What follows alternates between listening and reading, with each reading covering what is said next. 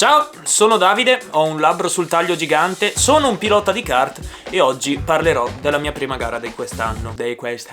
Quest'anno io seguo la Rock Cup Italia, in cui da regolamento bisogna usare le gomme Levanto e i motori Rock, e io partecipo nella categoria Shifter, quella con il cambio. Ma come prima gara di quest'anno ho partecipato sì alla categoria Rock, ma non alla Rock Cup Italia, perché è una gara a sé stante. Si chiama Rock Cup Winter Trophy Race Series 2022 al South Garda Karting.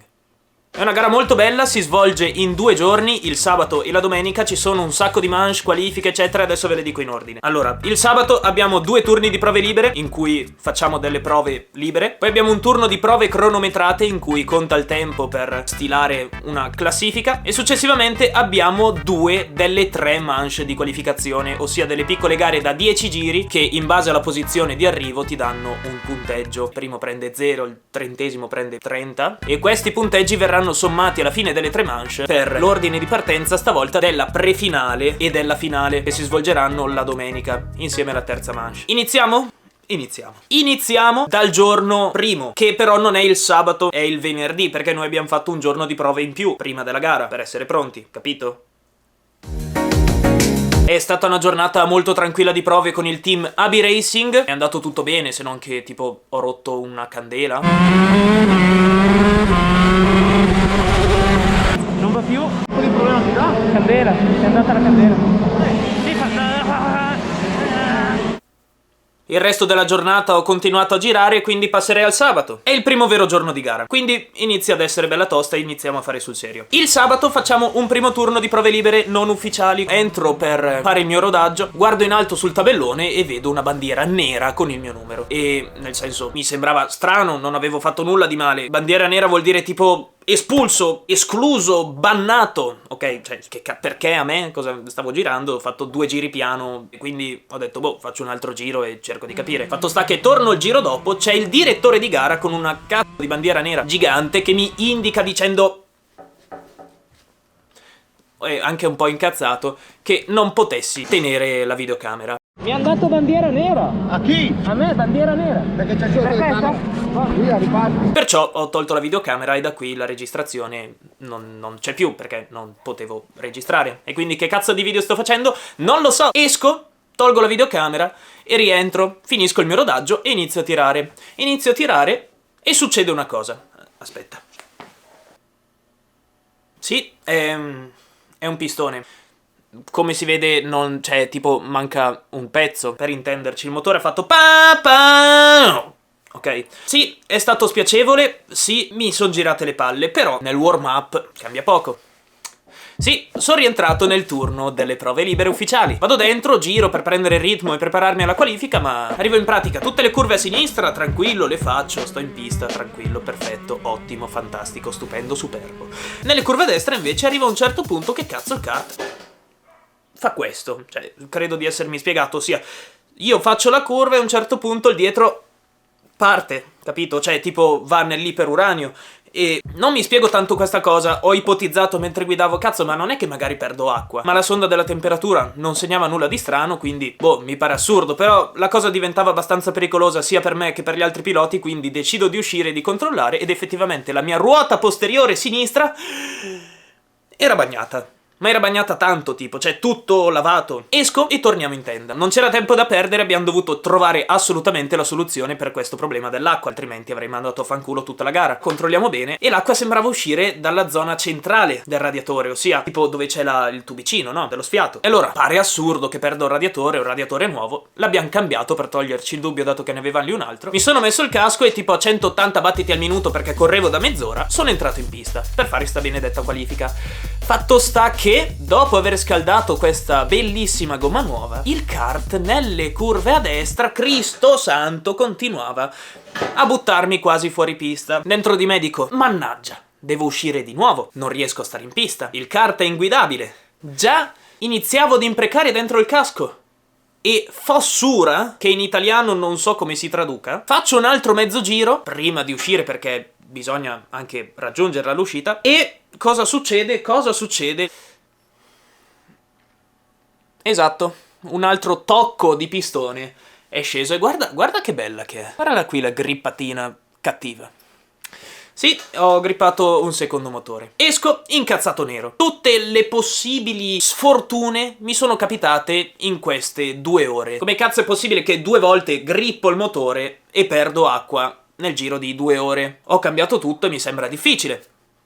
Long story short, aveva montato un piccolo componente che gestisce il flusso dell'acqua, ma l'ha fatto in modo un pochino fallimentare. Si bloccava l'acqua nel cilindro, la temperatura saliva di botto ma non passava dove c'era la sonda, quindi io stavo tranquillo con i miei 50 gradi mentre là sarà stato tipo a 200. Nel frattempo nel radiatore l'acqua saliva un sacco di pressione, usciva dal tubicino e mi lavava tutto, quindi sì. Però abbiamo risolto e l'abbiamo capito subito dopo la qualifica. Però se ho rotto in qualifica vuol dire solo una cosa, che tipo parto qui. Sì, sono ultimo in qualifica. Parto così ultimo che lo speaker non ha detto neanche la mia posizione dopo il vento. Però non è ancora finita, il bello inizia ora, ragazzi. Ci sono le 3 manche di gara e adesso mi sposto perché sto sgabello del cazzo è scomodissimo. Nella manche 1 parto da schifo, sono ultimissimo, però in qualche modo mi destreggio e recupero 5 posizioni. Nella manche 2 parto benino, ma faccio un incidente con un altro pilota che poi si ritira mentre io arrivo tipo 23esimo per una penalità di 5 secondi, quindi molto bene. Tra un turno e l'altro abbiamo corso un sacco, non ho proprio avuto il tempo di montare la videocamera, ma il giorno successivo ho fatto la terza manche e da quasi buon youtuber l'ho registrata grazie a questo gioiellino di videocamera. Si tratta di una Insta360 One X2, una videocamera che riprende a 360 gradi, che vede quello che succede in ogni lato, quindi davanti, dietro, destra, sinistra, sopra, sotto, dappertutto. Sì. Mi vedi anche a me? Sì, Che bella barba che c'hai, guarda che bella barba che Il bello di questa tecnologia è che l'inquadratura la decido io in post produzione, quindi non devo star lì a pensare di montarla perfettamente per fare l'inquadratura particolare. Semplicemente la metto, la avvito, la accendo e penso solo a guidare. E in gara è tanta roba, fidatevi. Nel prossimo video vi spiego nel dettaglio come la monto e come la uso io, perché ho avuto modo di provarla un bel po' e c'è davvero tanta roba da dire. Comunque nel frattempo vi lascio qua sotto in descrizione un link tramite il quale potete acquistarla se siete interessati, tramite cui oltre a sostenere il canale potete ricevere in omaggio un kit di lenti protettive e un selfie stick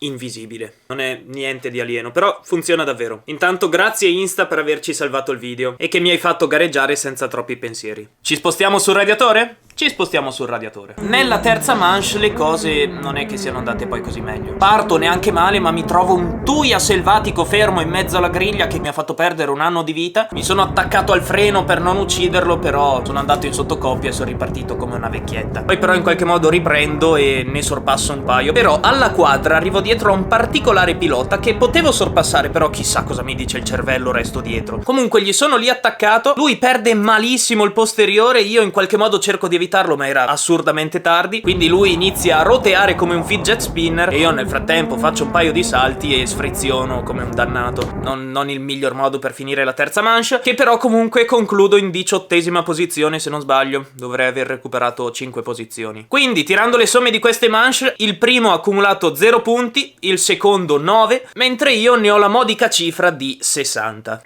Bella merda. Ma il sottoscritto ha ancora 35 giri di gara tra prefinale e finale. Non ve li faccio vedere tutti perché li ho già pubblicati sul secondo canale, ma ve li racconto molto brevemente grazie alla One X2 e all'Eurobeat.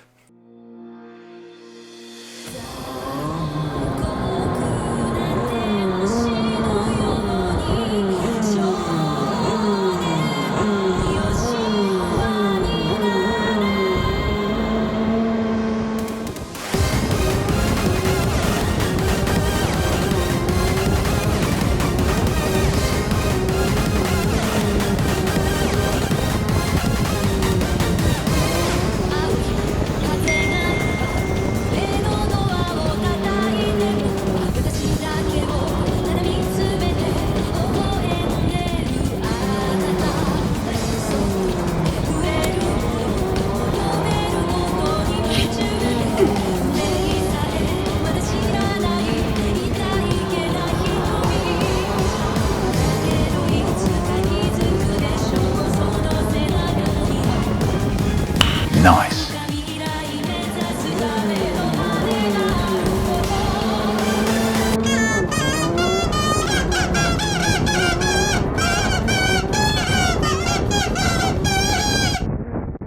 Quando la vita una sfida ti pone, la resa non è mai un'opzione.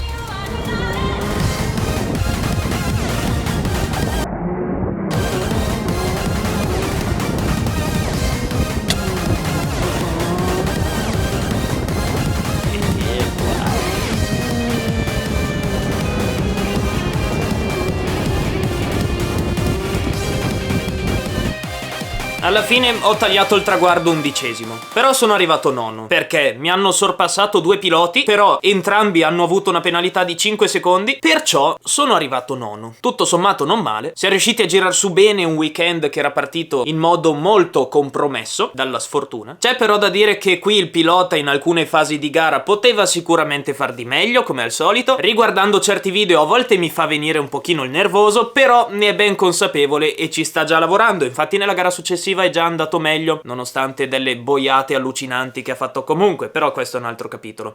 Perché gesticolo così tanto? Tirando le somme, ci tengo davvero tantissimo a ringraziare il team per il supporto che ci ha dato in questo weekend. Soprattutto il sabato è stato un disastro, però grazie al loro supporto ce la siamo ancora cavata. Ringrazio anche tutti gli altri collaboratori e soprattutto MP Kart Shop che ho dovuto rubare per aiutarmi a montare un radiatore. Grazie. Credo che questo sia tutto. Il video si conclude qua. Alla prossima!